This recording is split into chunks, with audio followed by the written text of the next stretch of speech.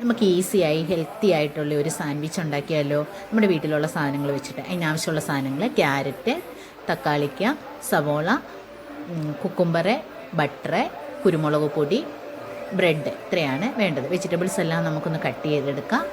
Butter ഇച്ചിരി നേരത്തെ നമുക്ക് വെളിയിലെടുത്ത് വെക്കണം. കുരുമുളക് പൊടിയും ചേർത്ത് ഇതെല്ലാം കൂടെ ഒന്ന് മിക്സ് ചെയ്തെടുക്കാം. ഉപ്പ് ആവശ്യമുള്ളവരാണെങ്കിൽ സ്വല്പം കൂടെ ചേർത്ത് കൊടുക്കാം. ഓൾറെഡി ബട്ടറിന് ഉപ്പുള്ളതാണ്. പിന്നെ വേറെ എന്തെങ്കിലും വെജിറ്റബിൾസ് ആഡ് ചെയ്യണമെന്നുണ്ടെങ്കിൽ അത് നമുക്ക് ചേർക്കാം. പിന്നെ വെജിറ്റബിൾസൊക്കെ നമ്മൾ എപ്പോഴാണോ സാൻഡ്വിച്ച് ഉണ്ടാക്കാൻ പോകുന്നത് ആ സമയത്ത് മാത്രം കട്ട് ചെയ്തെടുക്കുക. ഫ്രഷായിട്ട് വെജിറ്റബിൾസ് നേരത്തെ കട്ട് ചെയ്ത് വെക്കുകയാണെങ്കിൽ സബോളയുടെയൊക്കെ നീരിറങ്ങിയിട്ട് അതിനൊരു കയ്പ്പുരസം വരും. അതുകൊണ്ട് ഫ്രഷായിട്ട് കട്ട് ചെയ്തെടുക്കുക. ബ്രെഡിൻ്റെ 4 സൈഡ് നമ്മൾ കട്ട് ചെയ്ത് മാറ്റിയിട്ടുണ്ട്. ഇനി നമുക്ക് വെജിറ്റബിൾസും ബട്ടറും കുരുമുളക് പൊടി എല്ലാം കൂടെ മിക്സ് ചെയ്തിരിക്കുന്ന ആ ഒരു മസാല സാൻഡ്വിച്ചിനുള്ള ഒരു ഇത് നമുക്ക് വെച്ച് കൊടുക്കാം.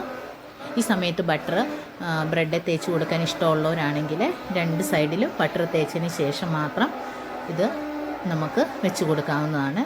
ഇനി അതിൻ്റെ മേളിൽ മറ്റേ പീസ് വെച്ച് കൊടുത്ത് നമുക്ക് കട്ട് ചെയ്ത് ഫ്രഷോടുകൂടി സെർവ് ചെയ്യാവുന്നതാണ്.